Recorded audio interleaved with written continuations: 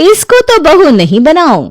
विमला और कमला पड़ोसन होने के साथ साथ अच्छे दोस्त भी थे। वो रोज मिलती थी और कहीं जाना होता तो हमेशा साथ जाती। कमला, अरे ओ कमला, जल्दी बाहर आ, हम लोग मंदिर चल रहे हैं। हाँ हाँ आ रही हूँ, बस 2 मिनट दे दे। अरे 2 मिनट नहीं, फौरन बाहर आ। आ गई। तू ना बेकाबू हो जाती है हमेशा। अच्छा, ज्यादा बकवास ना कर। क्या बात है, कुछ टेंशन में लग रही है? टेंशन नहीं, बस करण की शादी को लेकर थोड़ा सोच रही थी। उसके लिए अच्छी लड़की कैसे मिलेगी। आजकल की लड़कियों को देखकर ना अब मुझे डर लगने लगा है कि कहीं मुझे भी कोई टेढ़ी बहू ना मिल जाए। अरे तू चिंता ना कर, तुझे अच्छी बहू मिल जाएगी, फिक्र क्यों करती है? भगवान के घर देर है अंधेर नहीं है, और वैसे भी जो होगा उसकी इच्छा से ही होगा। तभी रास्ते में उन लोगों की नजर एक लड़की पर पड़ती है जो एक अंधे आदमी को रास्ता पार करा रही थी। वो देख कमला उस लड़की को, मुझे ना ऐसी लड़की चाहिए अपने करण के लिए। आजकल ऐसी लड़कियां कहाँ मिलती है भला। देख तो कैसे दूसरे लोगों की मदद कर रही है, बहुत संस्कारी लग रही है मुझे तो। सही कहा तूने, कितनी दयालु और संस्कारी है, इसके बारे में तो पता लगाना पड़ेगा। तू बोल तो कल ही चलते हैं इस लड़की के घर करण का रिश्ता लेकर। अरे तू भी ना कमला, ऐसे थोड़ी ना होता है। पता नहीं क्या लिखा है मेरी किस्मत में। वो लोग ये बातें कर ही रहे थे, तभी अचानक वो लड़की उस अंधे आदमी को पीटने लगती है। हाय हाय, ये क्या कर रही है? मैं तो इसे अच्छा समझ रही थी, पर ये तो बहुत बड़ी लड़ाकू निकली। चल चलकर उस आदमी को बचाते हैं, वरना ये लड़की तो उसको मार ही देगी। विमला और कमला अंधे आदमी के पास जाने लगती है, तभी वहां पुलिस आ जाती है, जिसे देखकर दोनों वहीं रुक जाते हैं। अरे पुलिस वाले आ गए हैं, चिंता ना कर, वो लोग देख लेंगे। वैसे भी ये लड़ाई झगड़े सुलझाना हमारा काम नहीं है। चल अब चलते हैं यहाँ से। भगवान ने बचा लिया, वरना सोचिए मेरे घर की बहू बन जाती तो मेरा क्या होता, क्या हाल करती मेरा। ये हाल क्या, ये तुझे भी ऐसे ही मारती और मैं बचाने भी नहीं आती। हाँ, तू तो यही चाहती है ना। वो दोनों सच्चाई जाने बिना आगे बढ़ गई, लेकिन असल में वो लड़की जिस आदमी को मार रही थी वो अंधा नहीं था, बल्कि एक जेब कतरा था और उसका पर्स लेकर भागने की कोशिश कर रहा था। इसे पकड़ लीजिए इंस्पेक्टर साहब, ये अंधा बनकर भोले भाले लोगों की जेब काटता है। जैसे लोग इसकी मदद के लिए आते हैं, ये उनका ही फायदा उठाता है। ऐसे लोगों को तो जेल में होना चाहिए। साहब, मैं एक मजबूर अंधा आदमी जिसे ये लड़की बिना वजह पीट रही है। देखो साहब, कितना मारा है एक अंधे को इसने। ये सब नाटक तो हमारे सामने मत कर, हम जानते हैं कितना शरीफ आदमी है तू। अंधा बनकर हजारों लोगों की जेब काटी है तूने। तेरे खिलाफ बहुत सारी शिकायतें दर्ज है। चल पुलिस स्टेशन में, तेरी तलाश तो हमें बहुत टाइम से थी। चल बेटा, अब तू जेल में अंधा बनकर घूम। पुलिस चोर को पकड़कर ले जाती है। वहीं दूसरी तरफ विमला और कमला मंदिर पहुंचती है। हे भगवान, मेरे बेटे के लिए एक अच्छी लड़की भेज दो, मुझे उसकी बहुत चिंता हो रही है। हाँ भगवान, इसकी सुन लो, वरना ये मुझे अपना दुखड़ा सुना सुना कर मार डालेगी। वो दोनों पूजा करके जैसे ही उठती हैं तो उन्हें दोबारा वही लड़की दिखती है जिसने अंधे को मारा था, जो अब एक बच्चे की पीठ पर जोरों से मार रही थी और बच्चा रो रहा था। हे भगवान, कैसी लड़की है ये, बच्चे को मार रही है और वो भी मंदिर में। अभी बताती हूँ इसको, बहुत हो गया इस लड़की का। ऐसे कैसे एक मासूम से बच्चे को मार सकती है। अरे रहने देना, बच्चों के माँ बाप आ गए, वो निपट लेंगे उससे। तुम चलो, पंडित जी बुला रहे। मेरा तो मन कर रहा है इसका मुंह तोड़ दो। कैसी निर्दयी लड़की है, बिल्कुल भी ममता नहीं है इसमें। अरे छोड़ ना, चल यहाँ से। तुझे कौन सा उसे बहू बनाना है जो इतना सोच रही है? वो दोनों वहां पंडित जी के पास चली जाती हैं, वो भी बिना सच्चाई जाने। असल में उस बच्चे के गले में प्रसाद फंस गया था, जिस वजह से वो सांस नहीं ले पा रहा था। वो लड़की तो बस उसकी मदद कर रही थी। अब ठीक हो ना बेटा, आगे से ध्यान रखना। हाँ ठीक हूँ मैं। थैंक यू सो मच, आपने तो आज मेरे बेटे की जान बचा ली। अगर आप नहीं होती तो पता नहीं क्या होता। अरे ऐसी कोई बात नहीं है, ये तो मेरा फर्ज था। वैसे भी हमें एक दूसरे की मदद करते रहना चाहिए। ये कहकर राधा वहां से चली जाती है। कुछ दिन बाद जब विमला और कमला दोनों फिर से घर से निकलती हैं तो उन्हें बाजार में वही लड़की दिख जाती है। क्या हुआ विमला, इधर उधर क्या देख रही हो? अरे उस लड़की को देख रही हूँ जो उस दिन अंधे और फिर मासूम से बच्चे को पीट रही थी। मुझे तो यही लग रहा है, पक्का वो आज भी किसी ना किसी मासूम को पीट रही होगी। थोड़ा आगे जाते हैं तब विमला राधा को देखती है जो एक दुकान पे खड़े होकर लड़ाई कर रही थी। विमला, लगता है आज तेरी जबान पर सरस्वती माँ बैठी है। वो देख, वो लड़ाकू लड़की। मैंने तो तुझे कहा ही था, आज भी वो किसी ना किसी से लड़ रही होगी। न जाने लोग इससे इतना डरते क्यों है। राधा दुकानदार को धमका रही थी। बताऊं अभी तुझे? बहुत देखे मैंने तुझ जैसे चालाक और पैसे खोल लोग। जो बताना है बता ले, डरता नहीं हो तुझसे। जो करना है कर ले। मैं भी तो देखूं एक लड़की आखिर क्या कर लेगी मेरी दुकान का। आई बड़ी धमकी देने वाली। चल जा यहाँ से, वरना क्या? वरना क्या? मुझे धमकी मत दो, ये तुम्हारे और तुम्हारे दुकान के लिए अच्छा नहीं है। मैं क्या कर सकती हूँ अभी थोड़ी देर में दिख जाएगा तुम्हें। हाँ ठीक है, जो करना है कर ले, मैं नहीं डरता किसी से। वहीं दूसरी तरफ विमला दुकानदार को परेशान होता देख लड़की से उसको बचाने के लिए उसकी मदद के लिए जाने लगती है। देख तो कमला, आज ये लड़ाकू लड़की कैसे उस दुकान वाले से लड़ रही है। सही कहा तूने, बेचारे दुकानदार को फालतू में परेशान कर रही है। कमला चलना यहाँ से, मैं नहीं देख सकती ये सब। अब तो इस लड़की का रोज का ही हो गया है। विमला और कमला वहां से चले जाते हैं। तभी राधा के पास पुलिस आती है। किसने फोन किया था यहाँ से? क्या बात है मैडम जी? मैंने किया था। ये आदमी एक्सपायर्ड सामान बेच रहा है जिससे लोग बीमार पड़ रहे हैं। अपने फायदे के लिए ये लोगों की हेल्थ से खेल रहा है और मैंने इसको ऐसा करने को मना किया तो ये उल्टा मुझे ही धमकी देने लगा। अच्छा बच्चों, अभी बताते हैं तुम्हें।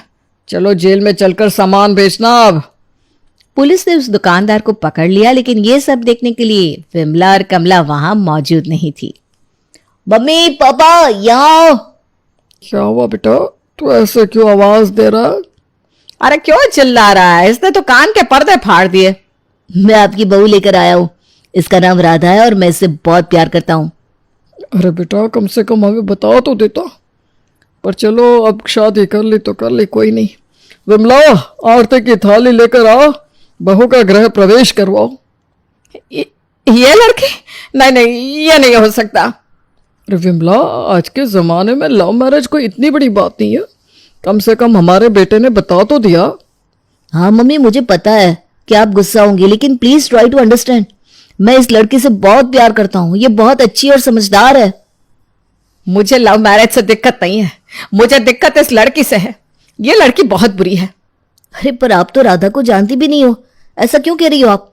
मैं सब जानती हूँ। मुझे ये लड़की बहू के तौर पर बिल्कुल मंजूर नहीं है। मैं इस लड़की को अपनी बहू नहीं मानूंगी। माँ देखिए, अभी आप गुस्से में हो, हम बाद में बात करते हैं। करण राधा को लेकर अपने कमरे में चला जाता है। कुछ दिन ऐसे ही गुजर जाते हैं और फिर एक दिन, हे भगवान, क्या करूं मैं? कैसे इन लोगों को समझाऊं कि ये लड़की सही नहीं है?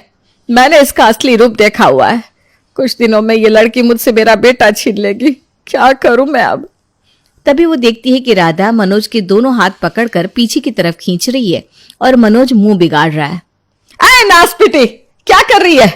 तूने अपना काम फिर से शुरू कर दिया। रुक जा, आज मैं तुझे नहीं छोड़ूंगी। तेरी हिम्मत कैसे हुई मेरे पति को हाथ लगाने की? ये आप क्या बोल रही हैं? विमला उसे झटक कर दूर करती है। मेरे पति को मारना चाहती है करमजली? अभी क्या अभी निकल जा मेरे घर से, वरना मेरे बेटे को बोलकर धक्के मारकर तुझे बाहर कर दूंगी। तुम पागल हो गई हो क्या विमला? मेरी बॉडी अकड़ रही थी, इसलिए मैंने उससे कहा था कि मेरे हाथ स्ट्रेच कर दो। वो मुझे मार नहीं रही है। क्या हो गया है तुम्हें? ऐसे कैसे बात कर रही हो तुम? हाँ माँ जी, मैं पिताजी के साथ ऐसा कुछ करने के बारे में सोच भी नहीं सकती। वो तो मेरे पूज्य है। ठीक है, पर मुझे तेरा कोई भरोसा नहीं है। क्या पता कब क्या कर दे, मनहोस कहीं की। तुम्हें बहू से चिढ़ है, बस इसलिए तुम्हें हर जगह वो गलत दिखती है। विमला इस बात का कोई जवाब नहीं देती और वहां से चली जाती है। फिर एक दिन वो घर में बैठी होती है, तभी उसे राधा और कमला की बेटी प्रिया के लड़ने की आवाज आती है। लेकिन मैंने आपका क्या बिगाड़ा है? मैं आज तुझे जिंदा नहीं छोड़ूंगी। बहुत मुश्किल से हाथ आई है। हे भगवान, ये राधा प्रिया के साथ क्या कर रही है? जिसका डर था वही आज हो गया। विमला भागती हुई बाहर जाती है और राधा को थप्पड़ मारती हुई कहती है, कालमोही, क्या कर रही है तू? प्रिया ने तेरा क्या बिगाड़ दिया है जो तू उसको मारना चाहती है? अरे आंटी, क्या कह रही हैं आप? हम लोग तो प्ले की प्रैक्टिस कर रहे थे। मेरे कॉलेज में एक प्ले होने वाला है जिसमें मैंने पार्ट लिया है। भाभी उसमें मेरी हेल्प करवा रही थी। थोड़ा शांत होना सीखो विमला। ऐसे अपनी बहू को सबके सामने थप्पड़ मारकर तुम साबित क्या करना चाहती हो? कमला तुम भी, तुम्हें तो सब पता है। मैं इस समय की बात कर रही हूँ। इस समय तुमने जो किया ना वो गलत है। नहीं नहीं कोई बात नहीं माँ जी, गलती मेरी ही है। राधा इस मामले में कुछ भी नहीं बोलती और चुपचाप अंदर चली जाती है। ये पहली बार था जब विमला को थोड़ा गिल्टी फील हो रहा था। राधा एक कप चाय तो बना दो और चीनी थोड़ा अच्छे से डालना। नहीं, आपको चाय नहीं मिलेगी। क्यों? आपको पता है क्यों? आप क्या समझते, मुझे कुछ पता नहीं है? बकवास न करो, चाय लेकर आओ जाओ। नहीं मिलेगी चाय, कुछ भी कर लो। उनकी बहस काफी बढ़ जाती है और जब विमला उनकी आवाज सुनती है तो फौरन वहां पहुंचती है। अरे चुड़ैल, किसी को ना सही पर कम से कम अपने पति को तो बख्श दे। भूखा प्यासा मारेगी क्या उसे? एक कप चाय बनाने के लिए घर सिर पर उठा लिया तूने। मेरे बेटे ने एक कप चाय क्या मांग ली, तू उस बात पे लड़ाई कर रही है? अरे माँ जी मेरी बात तो सुनिए। चुप कर। आज तक मैं तुझे अपने बेटे की वजह से झेल रही थी, पर आज तूने मेरे बेटे को भी नहीं छोड़ा। अब मैं तुझे इस घर से निकाल दूंगी। जब तू मेरे बेटे की नहीं सुन रही है तो इस घर की बहू नहीं बन सकती। निकल जा मेरे घर से तू, अभी क्या भी। अरे माँ क्या कर रही हो आप? गलती राधा की नहीं मेरी है। मुझे पिछले कुछ समय से डायबिटीज हो रखी है, पर मैंने ये बात किसी को नहीं बताई थी। लेकिन आज इसे पता चल गई, इसलिए वो मुझे मीठी चाय देने से मना कर रही है। अरे बेटा, तूने हम लोगों को बताया क्यों नहीं? बहू बिल्कुल सही कह रही है, तुझे मीठी चाय नहीं पीनी चाहिए। तुझे तो बहू का शुक्रगुजार होना चाहिए कि वो तुझे बीमार होने से बचा रही है। मेरा बहुत मन करता है चाय पीने का माँ।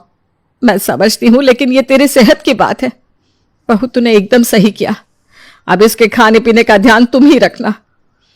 विमला के समझाने से करण मान जाता है और वहीं राधा अपनी सास के मुंह से अपनी तारीफ सुनकर काफी खुश थी। अब धीरे धीरे विमला की नजरों में राधा की इमेज सुधर रही थी। लेकिन तभी एक दिन, ये बात माँ जी को बिल्कुल पता नहीं चलनी चाहिए। ठीक है, नहीं पता चलेगी। और आप भी ध्यान रखिएगा, माँ जी के सामने कुछ बोल मत दीजिएगा। हो सकता है उन्हें शक हो जाए और वो आपसे पूछे भी। अरे तुम मुझे बिल्कुल अनाड़ी समझती हो। मम्मी अगर कुछ भी पूछेंगी तो मैं संभालूंगा। तो ठीक है, क्योंकि आप लोगों को भी पता है कि अगर माँ जी को पता चल गया तो सारा काम बिगड़ जाएगा। उन लोगों को नहीं पता था कि ये सारी बातें विमला छुप छुप कर सुन रही थी। उससे रहा नहीं गया और वो सामने आकर पूछने लगी। मैं तो तुझे अब सही समझने लगी थी राधा, पर गलती हो गई मुझसे। तेरी इतनी हिम्मत कि तू मेरे खिलाफ मेरे ही पति और बेटे को भड़का रही है। डायन भी एक घर छोड़कर वार करती है, तूने तो उसे भी पीछे छोड़ दिया। मुझे लग रहा था कि मेरी राय तेरे बारे में गलत है, लेकिन अब लग रहा है कि मैं तेरे बारे में सही सोच रही थी। तू परिवार को बसाने का सोच ही नहीं सकती। ये अब क्या बोल रही है मम्मी? ऐसा कुछ नहीं है। चुप। इसने तुम लोगों पर कोई काला जादू तो नहीं कर दिया जो मैं तुम्हें गलत लगती हूं? ऐसा कुछ भी नहीं है विमला, तुम कुछ भी सोच रही हो। बल्कि बहू तो क्या प्लानिंग चल रही थी, बताओ ना मुझे। कुछ नहीं माँ जी। पता ही देते हैं, वरना ये गलत ही समझती रहेगी। विमला, हम लोग तुम्हारे बर्थडे की सरप्राइज पार्टी की प्लानिंग कर रहे थे, क्योंकि आज तुम्हारा बर्थडे है और ये सब बहू का आइडिया है। हमें तो याद भी नहीं था कि तुम्हारा बर्थडे है। क्या सच में बहू मेरे खिलाफ आप लोगों को भड़का नहीं रही थी?